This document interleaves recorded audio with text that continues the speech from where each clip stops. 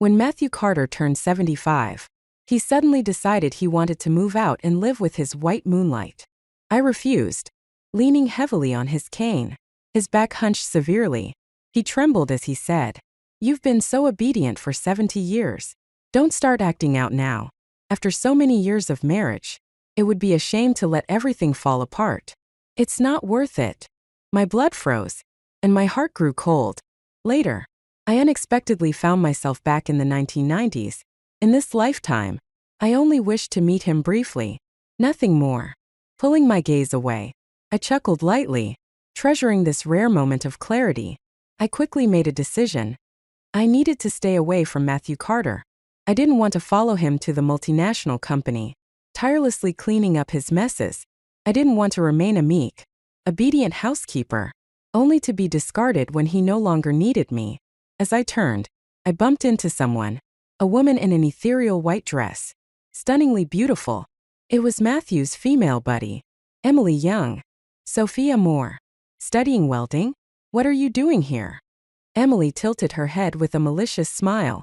"A woman learning welding? What's the thought process there? Competing with construction workers for jobs?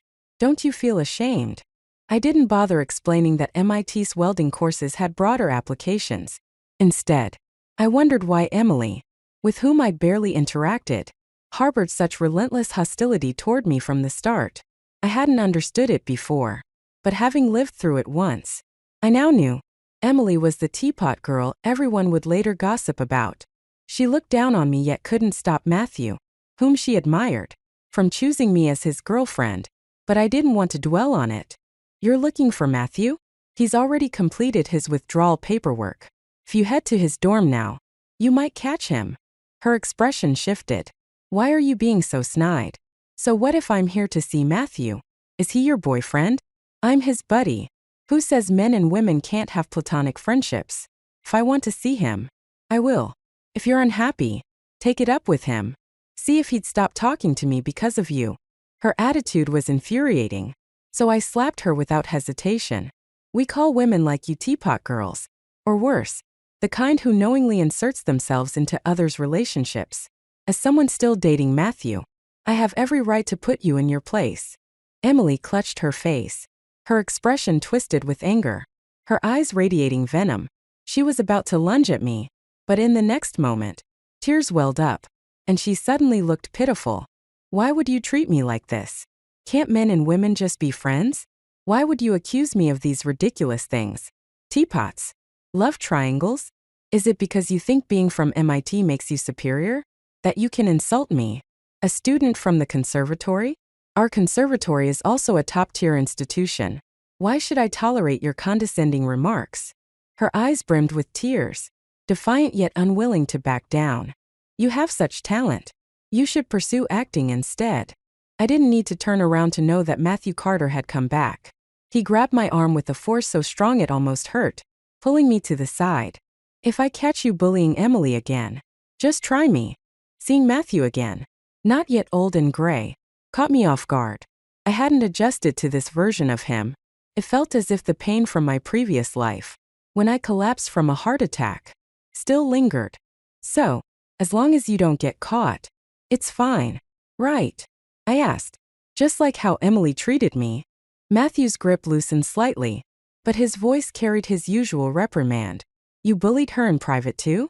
How many horrible things have you done behind my back? Emily rarely tells me anything. She's just too kind. Sophia, you've truly let me down." I found it laughable.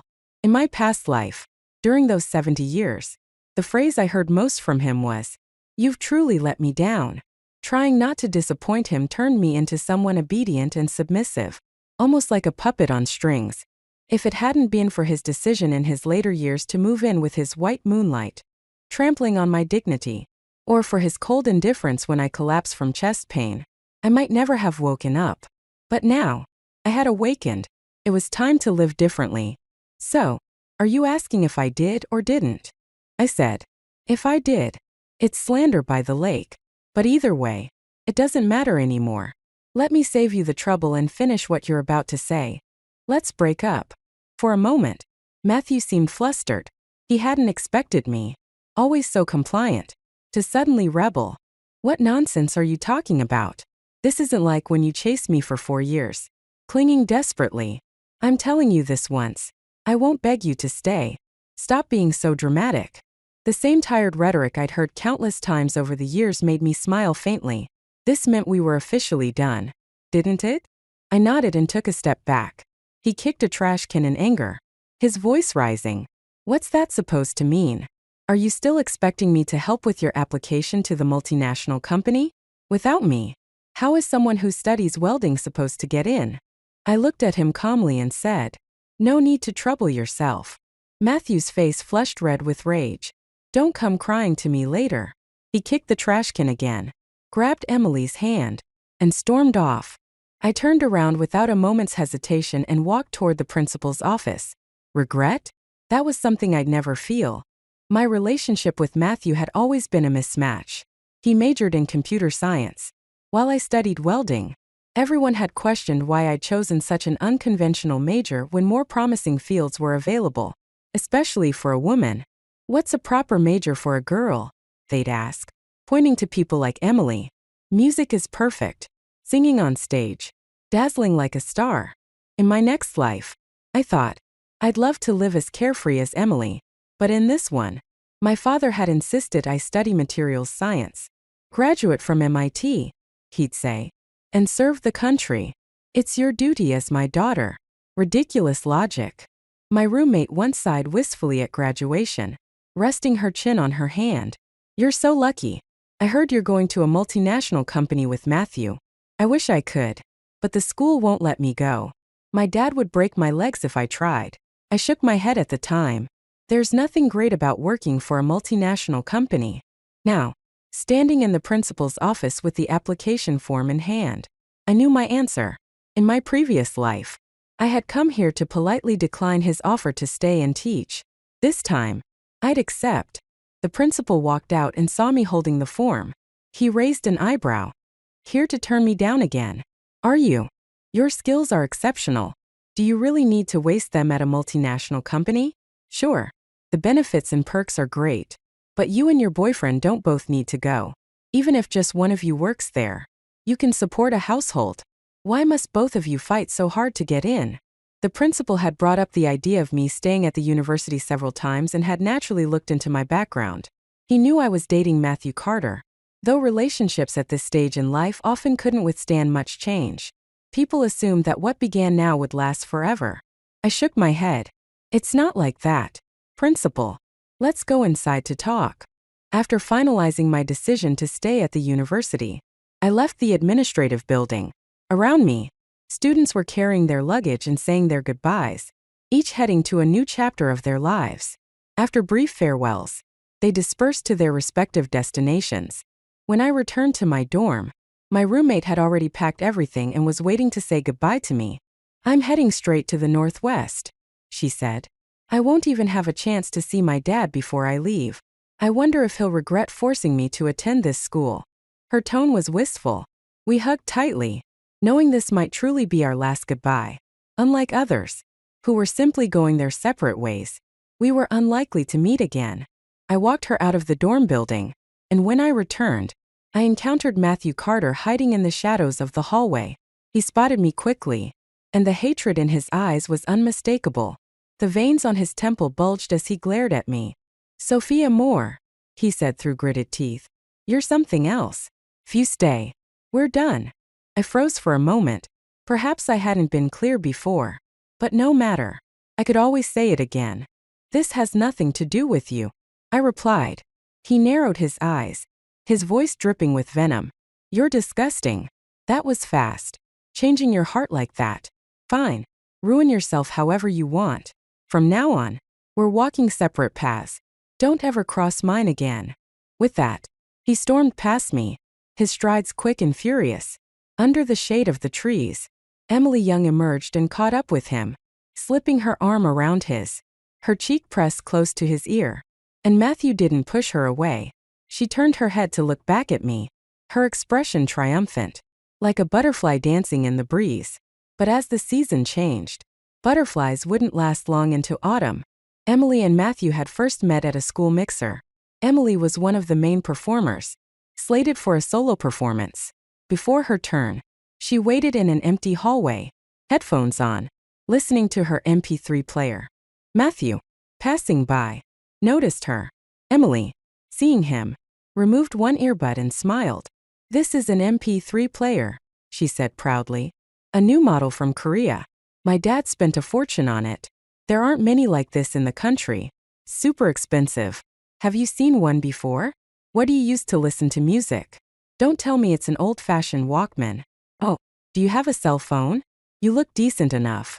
Let's exchange numbers. What brand is your phone? Is it a Nokia? Did you know Nokia has Snake? Or do you play games on a console? The newest Nokia models even have built-in games. Did you upgrade your phone? If you don't know how to use it, I can teach you." She bombarded him with questions. But Matthew couldn't answer any of them. His phone still had an antenna. He didn't have a Walkman, only a second-hand CD player passed down through several owners, which he used to study English. He didn't own a gaming console, nor did he have time for games. He was so poor that if he ever let his guard down, he wouldn't know where his next meal would come from. Yet, he never felt offended by Emily Young. To Matthew Carter, Emily was like someone from another world, or rather, another class entirely, a class he aspired to reach. Sometimes, Matthew would lose himself in thought. When I called him back to reality, he'd say, "Sophia, maybe you could try wearing dresses, putting on makeup, and using a few solid, polished accessories. It makes people unable to take their eyes off you." Back then, I was naive and clueless. I stupidly replied, "Wouldn't that take a lot of money and effort?" I didn't notice how the light in Matthew's eyes, briefly focused on me, dimmed in an instant. Perhaps he realized at that moment that he didn't need someone like him by his side, but he didn't have the courage to say it outright. So he begrudgingly stayed with me for a lifetime. As I packed my belongings and prepared to leave the campus, I unexpectedly ran into Emily Young. She was leaning against the doorway, waiting for me. "Aren't you curious about what Matthew and I talked about?" she asked. "You're in my way," I replied honestly. Her face darkened. "What's with your high and mighty attitude? You think staying on as a teacher with your iron rice bowl makes you untouchable? That no one is worthy of speaking to you? Let me tell you something. I've already been hired by a TV station. Soon, I'll be a professional actress. Not only will I be singing, but I'll also be participating in all kinds of variety shows. Do you even know how popular variety shows are these days? People who stand out on them become household names. Teachers like you will be poor nobodies for life. Never famous." She smirked. "Ever heard of shows like Happy Camp or Our Song? People like you couldn't even dream of appearing on those, let alone any well-known variety show. Actually, forget those. Someone like you won't even get a single second of airtime on television." "Wow," I said, smiling faintly. "You're really amazing." Her expression grew darker. "You don't believe me, do you? I'm telling you. Someday, whenever you turn on the TV, you'll see me. And when that happens, don't smash your TV out of jealousy. Or better yet, gouge your eyes out. I can't wait to see you completely overshadowed by me." I tilted my head, crossing my arms. "So, your ultimate life goal is to surpass me?" Without warning, she raised her hand to slap me. "What gives you the confidence to act so smug? Are you trying to provoke me? Fine. I'll give you what you deserve." I dodged her, and since the stairs were right behind her, she lost her balance and fell, tumbling all the way down. I sighed. Some people dedicate their lives to quiet, uncelebrated at work. Others make so much noise they leave everyone's ears ringing. Fame can come in many forms, being universally admired or being infamous. Let's see which one you'll become. Emily's fall sent her straight to the hospital. She refused to disclose the extent of her injuries to anyone. After being discharged, she was often seen clutching her lower abdomen and complaining of persistent pain. Due to the sudden turn of events, her planned variety show appearances were canceled, forcing her to take an entire summer off from work. Matthew Carter's reaction to all this was even more dramatic. When he confronted me, his fury was uncontainable. "Sophia Moore, you've crossed the line. How could you be so cruel to Emily? Why did you have to ruin her? I know you've always been jealous of her. No girl isn't jealous of her. But to stoop so low as to harm her and make yourself a criminal. What's wrong with you? He grabbed my arm and yanked me to my feet. You're coming with me to the police station. Matthew Carter said coldly. You have to pay for what you did. You pushed her and caused her to suffer such severe consequences. You deserve to be ruined too. You shouldn't be a teacher. The new school semester had started, and I was now a professor for incoming freshmen in the welding program. My colleagues in the office began to murmur. One of them bluntly saying, Emily Young said you pushed her. You know defamation can be criminally prosecuted, right? Even though surveillance wasn't widespread back then. Our school had cameras installed in every corner due to its unique requirements. Are you really that ignorant? Matthew's hand dropped to his side. Stunned, I continued. People shouldn't just hold others to high standards. Sometimes, they need to hold themselves accountable too. For example, you should have realized by now that surveillance cameras, which are easily visible if you just look up, would disprove these lies. Matthew didn't meet my gaze. Instead, he started ranting, his voice defensive and bitter.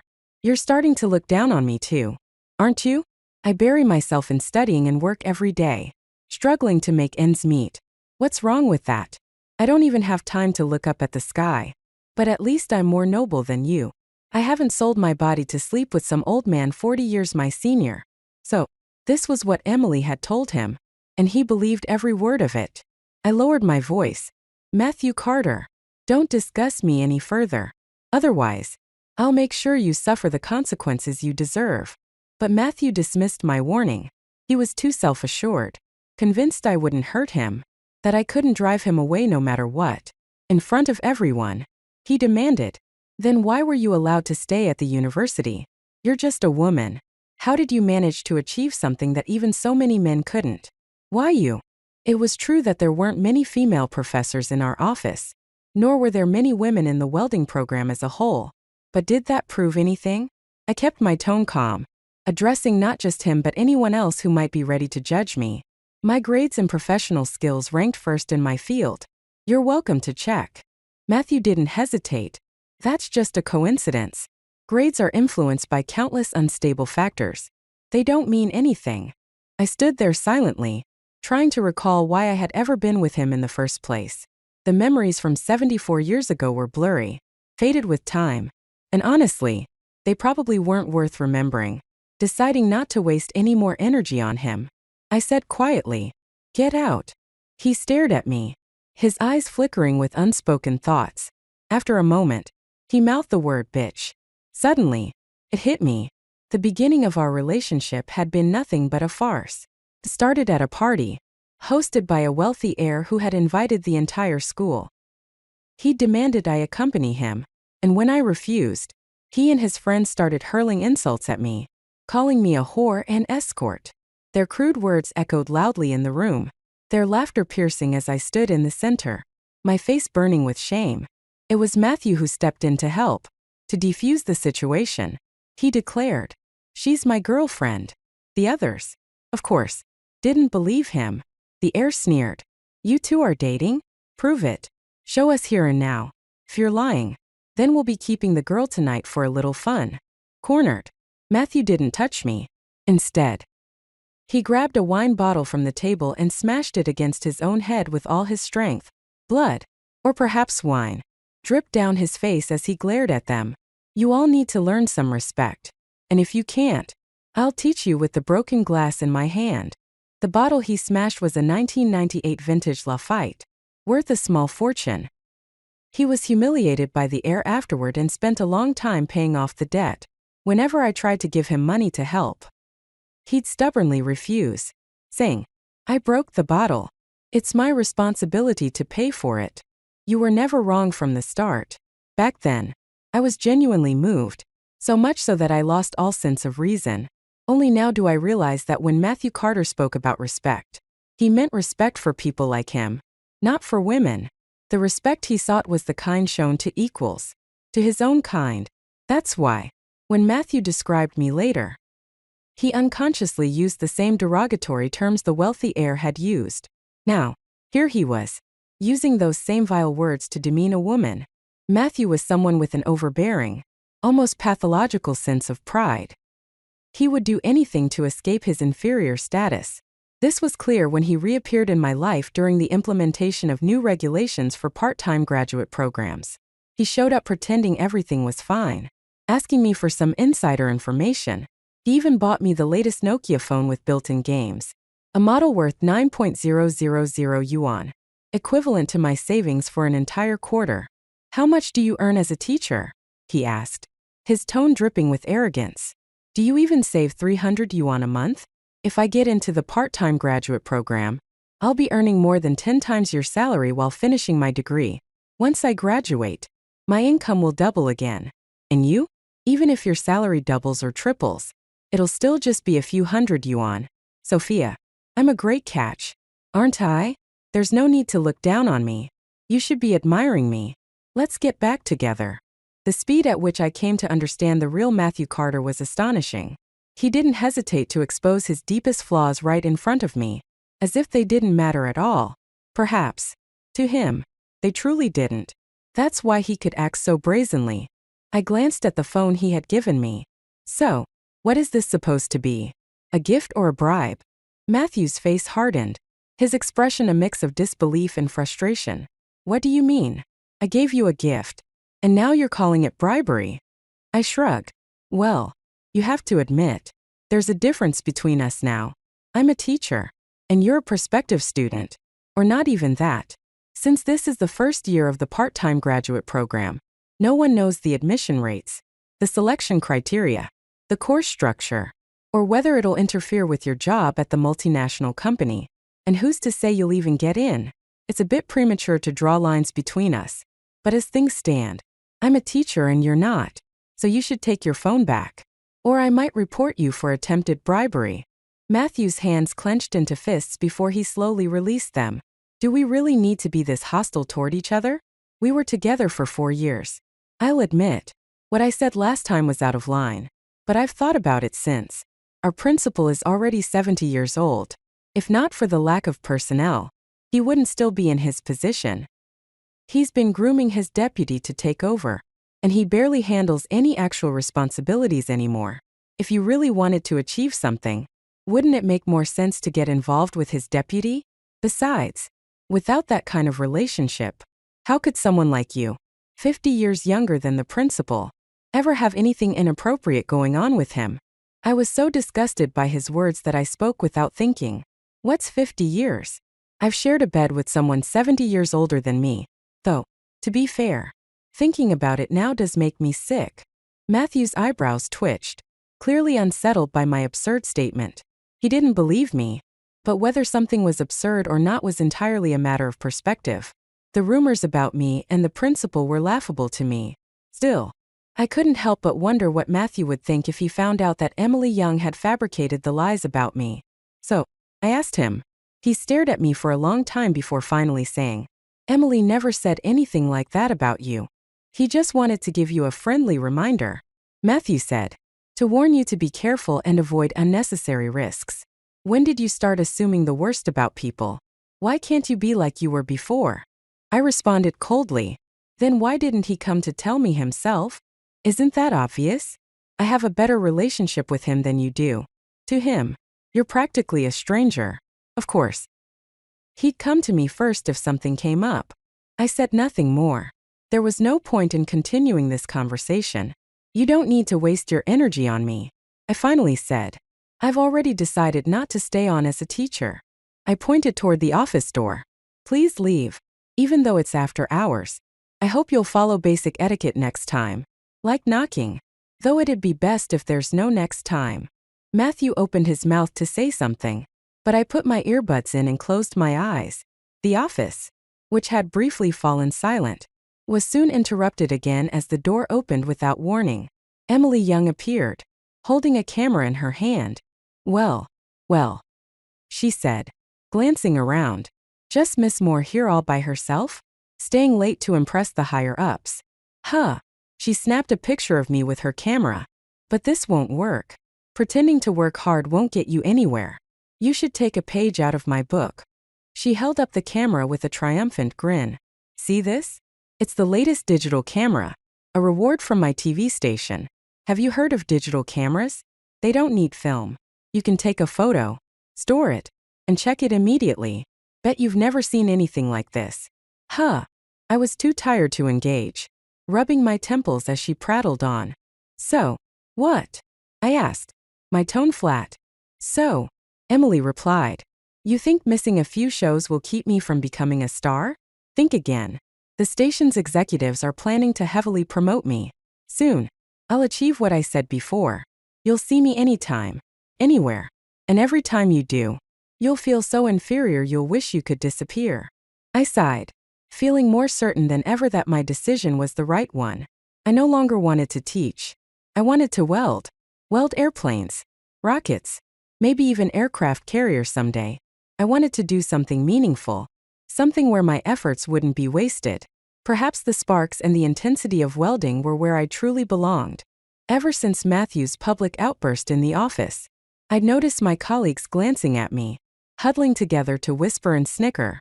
It happened often, with both male and female colleagues, and it made the atmosphere dull and tiresome. Days like this felt pointless, draining my energy. There were plenty of ways to realize one's value in life. Today, I submitted a formal report to the principal and began handing over my tasks. Once everything was settled, I'd head to Gansu.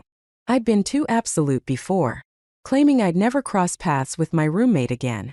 Maybe we could meet again in some other place. The place I was going was a classified unit, one that required secrecy. But when I shared my plans during the handover process, the office was abuzz with speculation. She finally cracked under the pressure of the pay gap and decided to work for a multinational company. Someone remarked, if we had good connections, we wouldn't be stuck here either. Someone else muttered bitterly, what's with the act? She just can't stand seeing her ex-boyfriend and his current girlfriend thriving. One making big bucks in a multinational company, the other a rising star in the entertainment industry. Now she wants to run to a multinational too. Does she even qualify? These days, college grads pop up like bamboo shoots after rain. Another voice chimed in. Graduating without work experience? No multinational would hire her. What would they even hire her to do? Give lectures? Her ambitions are sky high, but her capabilities are paper thin. I walked up to the person talking, tapped on his desk, and said, you seem to have a pretty clear understanding of yourself. His face betrayed his guilt and embarrassment. Finally, he muttered, unwilling to concede, why are you only calling me out? I'm not the only one who dislikes you. Don't worry, I replied calmly. I'll live a life more content than any of you ever will, without the constant frowns and complaints that plague your days. After completing the handover of my tasks, I stopped going to the school altogether. I stayed home for 2 days to rest, waiting for the car that would take me to report to the launch base. I hadn't expected the rumors in the office to spread so quickly. Emily Young, using her identity as an entertainment star, alluded to me during a televised program. She spoke in a way that seemed heartfelt but was clearly aimed at discrediting me. I really admire those unsung heroes, she said with tears in her eyes. The ones who endure loneliness and injustice, dedicating themselves selflessly to their work even if the world never remembers their names.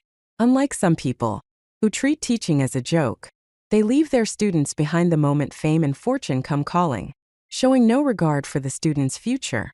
It's truly heartbreaking and disappointing. Our society shouldn't reward this kind of behavior. As she spoke, tears rolled down her cheeks, and she forced a smile. Please don't mind me, she added. I just got a bit emotional. After all, they took someone else's spot to stay at the university, someone who truly deserved it. I couldn't help but want to persuade them not to go down a path they'll regret. But if they feel they've done nothing wrong, I'll just let it be. Her remarks aired during prime time, and she privately leaked identifying details about me. In an era when tabloids thrived, her comments caused a stir. Numerous media outlets picked up the story, and someone even uploaded a clear, front-facing photo of me at work. The one Emily had snapped with her digital camera, capturing me with my earbuds in, resting after work hours. The narrative quickly spiraled. People questioned my professionalism, wondering if I was slacking during normal working hours. Although I wasn't bothered by idle speculation, knowing I'd soon be in a remote, isolated place where rumors couldn't reach me, I feared my superiors might take the allegations seriously and penalize me. If that happened, my dream of working with welding sparks might be over. Fortunately, the tables turned. I wasn't the one punished. Emily was. Our school's unique setup, with surveillance cameras installed everywhere, became my shield. When reporters swarmed the campus, the principal pulled up footage for them. The recordings showed me diligently preparing lessons, never slacking during class, and often being the last one to leave the office. The rare moment captured with my earbuds in was just that, a rare instance after hours. Public opinion shifted as the truth came out.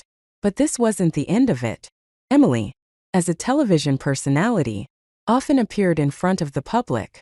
I, on the other hand, was heading to a classified national project. The higher-ups issued a directive to reduce Emily's on-screen presence. Back then, there wasn't a formal term for being blacklisted. But this was essentially what happened. With the directive in place, Emily's career on television came to an abrupt halt. Her fame, like a fleeting bloom, faded just as quickly. She was like a butterfly in late autumn, withering too soon. Emily turned to drinking, eventually landing in the hospital with alcohol poisoning. While hospitalized, she had a meltdown and demanded that Matthew Carter bring me to her. Matthew hesitated. "Sophia Moore won't come," he said. "I've angered her too much. She probably doesn't want to see me." Emily screamed hysterically. "I'm asking you to bring her to me, not for her to see you. Are you going or not? If you don't, I'm leaving too. Matthew Carter, you were just with me. I'm already your second girlfriend. If you break up again this quickly, everyone will say you're a player. Do you even care about your reputation? If you do, go find Sophia Moore and bring her here to see me." Matthew Carter had no idea that while he and Emily Young were arguing in her hospital room, I happened to be at the hospital for a checkup. Passing by their room, I overheard every word and saw the hesitation in Matthew's eyes. Before leaving, I sent an email to the multinational company where Matthew worked, reporting him for falsifying his academic records. During his tenure, the code he wrote had caused several errors, some minor, some significant. These weren't mistakes due to carelessness. They were mistakes born of incompetence. Knowing this, I felt a thorn in my heart, and it seemed only fair that his days wouldn't go smoothly either. Fairness, after all, is a two-way street. Satisfied, I left, never expecting to see him again 5 years later. By that time, my roommate, John Aiken, and I had spent 4 years in the same dorm and another 5 years working together. Our familiarity had grown into mutual irritation. "Hey, old Moore," John called out casually. "Dinner's ready. Rumor has it there's a handsome guy starting today." It's 2003, and the world outside has been celebrating the 21st century for years now. But here we are, still stuck cutting and welding materials. Just the two of us, staring at each other. Even the sparks from our welding rods have lost their thrill. "Let's go. We need some excitement tonight." I gave him a thumbs up. "Lonely for years, and now you're all fired up. Impressive." But when we met the newcomer, John bit into his bread with a scowl and muttered, "What rotten luck." The newcomer was Matthew Carter. John, knowing my history with Matthew, had often joined me in mocking him during our idle moments. When there wasn't anyone else to criticize, we dragged Matthew into our conversations, dissecting his flaws. Even sparrows that occasionally landed on high-voltage wires weren't spared from our ridicule. Venting about Matthew had become second nature to us. Matthew, however, seemed oblivious to the hostility. Holding a lunch tray, he approached me and said, "Sophia, long time no see." John snorted, clearly unimpressed. Matthew continued, "What a coincidence. It's good to see old classmates again. How have you two been? Especially you, Sophia. It's been years. How's life been treating you?" He seemed unaware that no one wanted to engage with him. After a moment of awkward silence, he pressed on, "Sophia, don't you have anything to say to me? You're the one who reported me back then, aren't you?" I looked up at him briefly but said nothing. My lack of denial seemed to confirm his suspicions. Matthew continued, "It had to be you. Over the years, I've wronged no one, at least not intentionally. I was always too afraid of making mistakes, too scared of offending people. If I upset someone, The time and energy needed to mend the relationship would be unbearable for me. Looking back, the only thing I can apologize for is the rumors you endured 5 years ago because of me. Matthew explained that he had resigned from the multinational company on his own accord. He then focused on preparing for exams and was admitted to a full-time graduate program at the same university, in the same field as before. During his 2 years in graduate school, he heard about the gossip I'd faced in the office.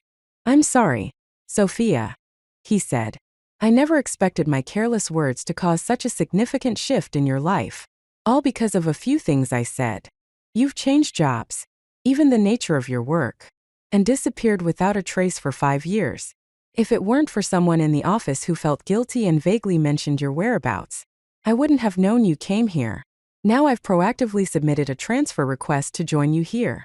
A master's degree isn't easy to come by, but I've decided to work as a humble programmer in the aerospace department. This is my choice, so you don't have to feel burdened." Matthew Carter reached out as if to touch my hand. "Sophia, I don't blame you for making me lose such a great job. Can you stop holding my unintentional mistakes against me too?"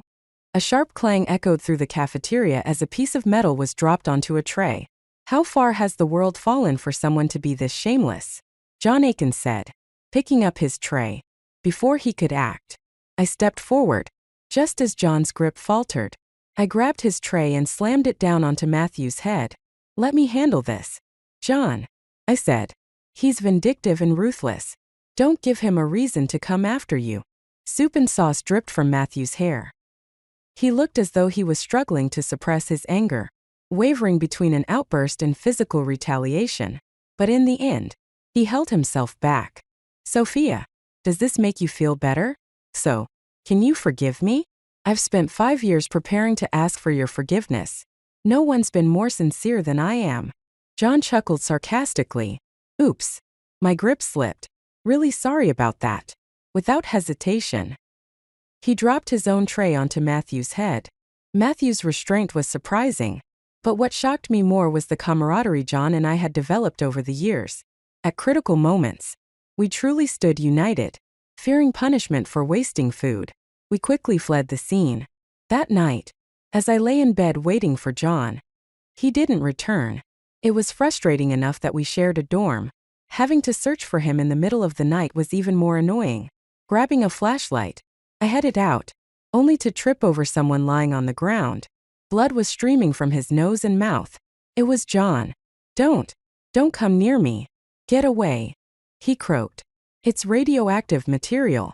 Using his body, he shielded the object from me and urged me to call for help, ensuring that the responders wore proper protective gear to isolate the area. Years of rigorous training kicked in, and I knew John was right. But if he wasn't rescued quickly, he'd die from radiation exposure. For the first time, I realized just how perilous our work truly was. Sacrifice was closer than I'd ever imagined. I shrugged off my jacket and tossed it to John. "Use this to wrap the radioactive stone," I told him, though I knew it wouldn't help much. Any delay we could manage was better than nothing. Then, I sprinted toward the radiation prevention unit. Behind me, John, his voice trembling but resolute, called out, "Wait, Sophia, tell my dad something for me. I know he and my stepmom had another child, a boy. I know why he gave me this name. Even though he says he loves me, I know he doesn't. I also know why he insisted on sending me to MIT. If I achieve something great, or even sacrifice myself, then I'll be his pride, the brightest glory of the family. But if I die unknown and forgotten, he'll be relieved to have shed a burden. Don't think I don't know.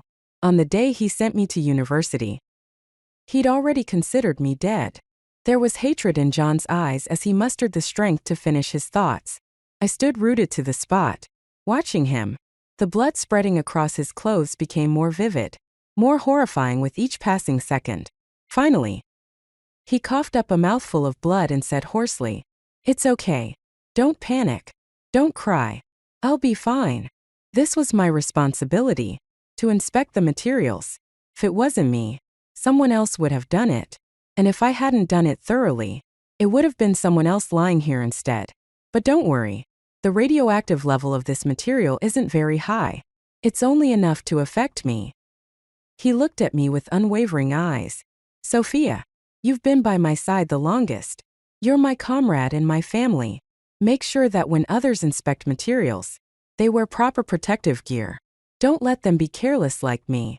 I fought to keep my emotions in check, forcing myself to stay clear-headed.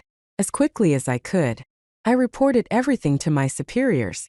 Then, I stubbornly stood my ground, insisting, there are suspicious individuals among the new recruits.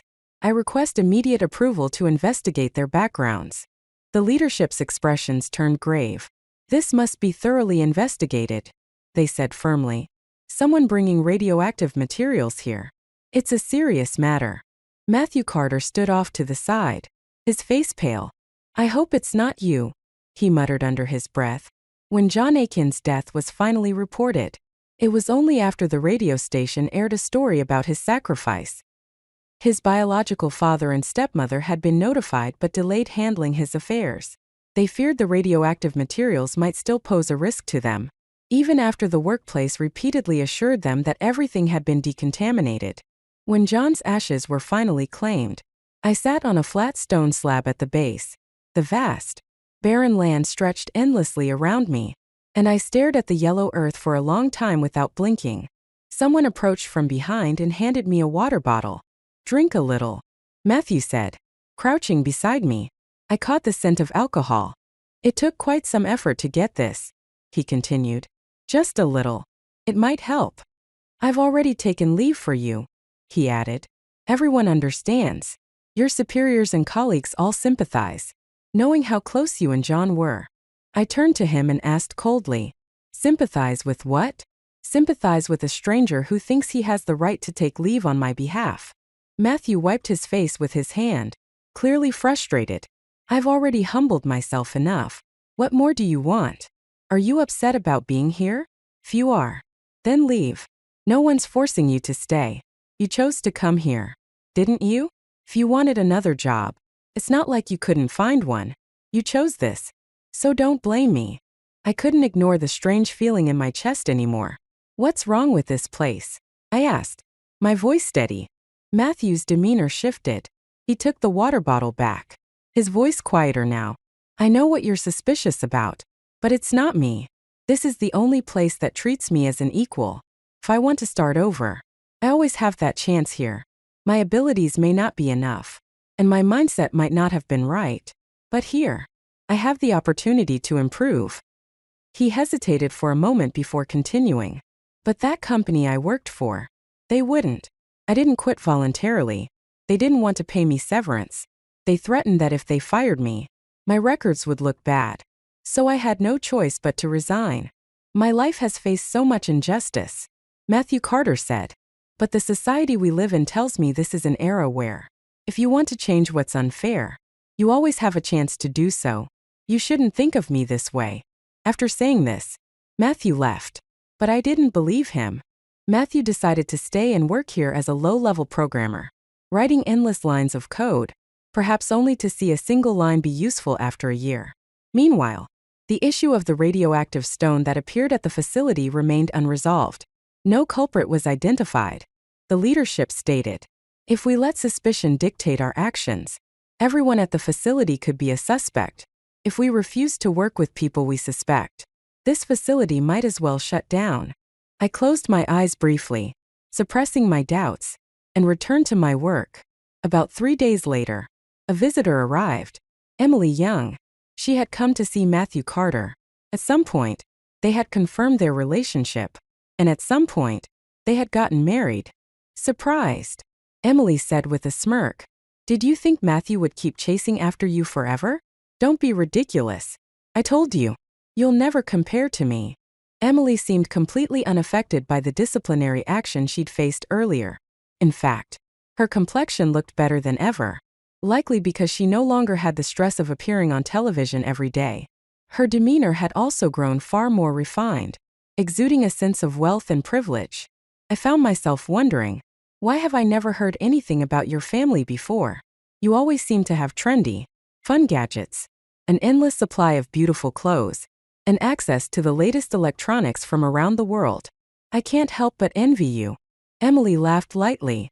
My father is a wealthy businessman abroad. He travels to different countries for work. So getting these things is easy. It was too fast. Nearly as soon as something was produced, Emily had it in her hands. Her father's business dealings seemed almost unnaturally convenient. I thought I had finally figured out who was behind all this. Just as I was about to report it, Matthew appeared, his face dark with anger, blocking my path. Matthew Carter, you're Chinese. Don't you always say you love your country?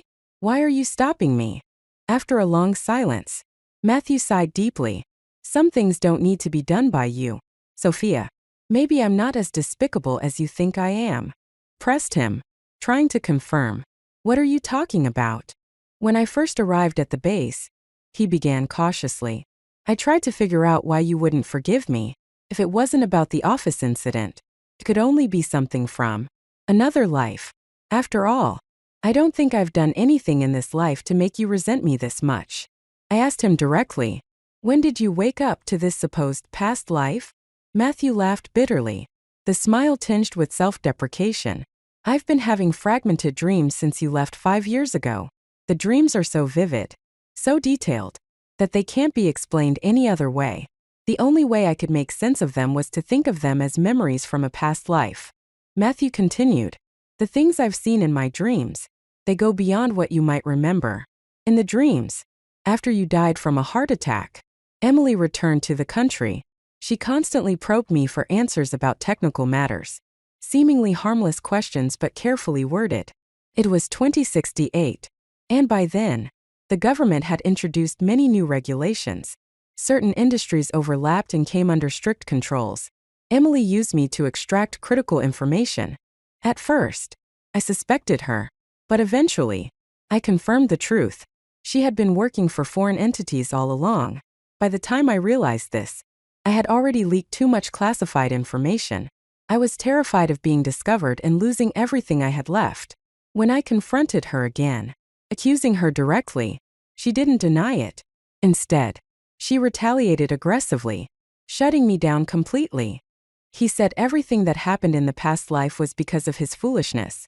Matthew Carter ended up killing Emily Young by accident. But fortunately, in this life, none of that has happened. I deliberately waited until you were about to leave to marry her, to lower her guard, planning everything step by step to uncover evidence of her betraying the country. Matthew explained. Including John Aiken? Was he part of your plan too? I asked. I've already told you. Stop assuming the worst about me. Matthew replied sharply. That was just an accident.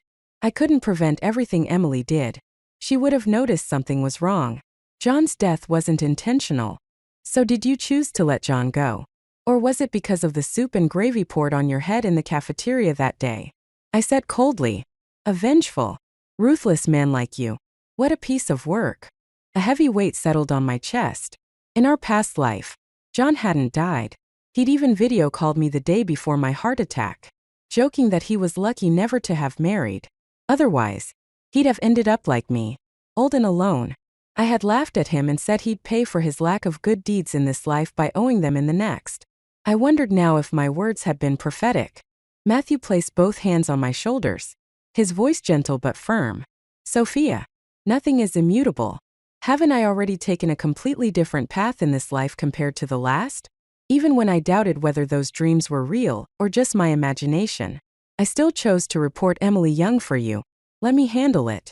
You don't need to bear this burden. I will. Matthew must have thought himself heroic, ready to sacrifice anything, even his life, to exact justice. And he did report Emily, to ensure there were no loose ends. He timed it perfectly, catching her red-handed as she attempted to plant radioactive material again. Emily was arrested on the spot. When she saw Matthew, she nearly lost her mind. Why would you do this to me? I had better options. But I still married you. All these years, you've spent my money, and now you're betraying me? You're nothing but an ungrateful scumbag. Shut up, Matthew said coldly. Take her away. Even as Emily continued cursing, Matthew's gaze remained fixed on me. Emily turned her furious eyes toward me and screamed, Why? Why am I better than you in every way? Yet the man I fought for still betrays me to help you? Why did he choose you? It's not fair. I'm not willing to accept this. Her cries echoed as she was dragged away. Matthew then approached me solemnly. Sophia, if I truly have been reborn and we both started over at the same point, I wouldn't make the same choices. I'd try harder to win your heart, to ensure no one else could take your place.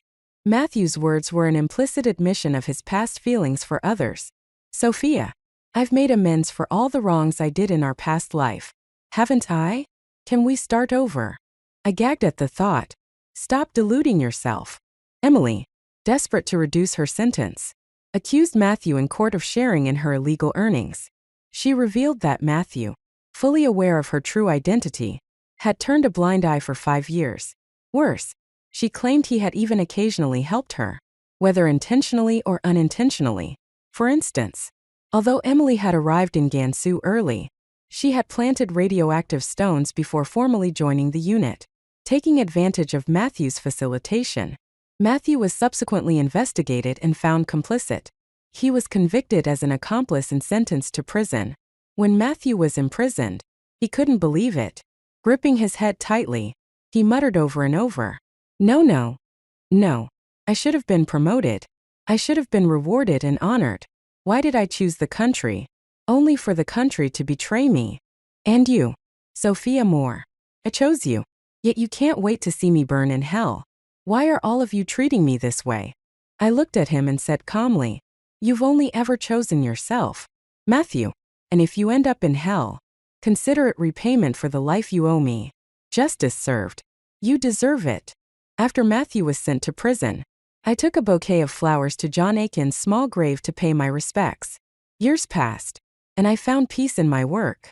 The sparks of welding became my purpose, lighting a path forward. I no longer sought approval or recognition. Instead, I built things that mattered, shaping a future far removed from the pain of the past.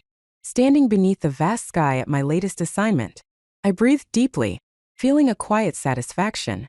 Life's endpoint remained unknown, but it no longer mattered. I was no longer running. I was moving forward, steady and unshaken, ready for whatever came next.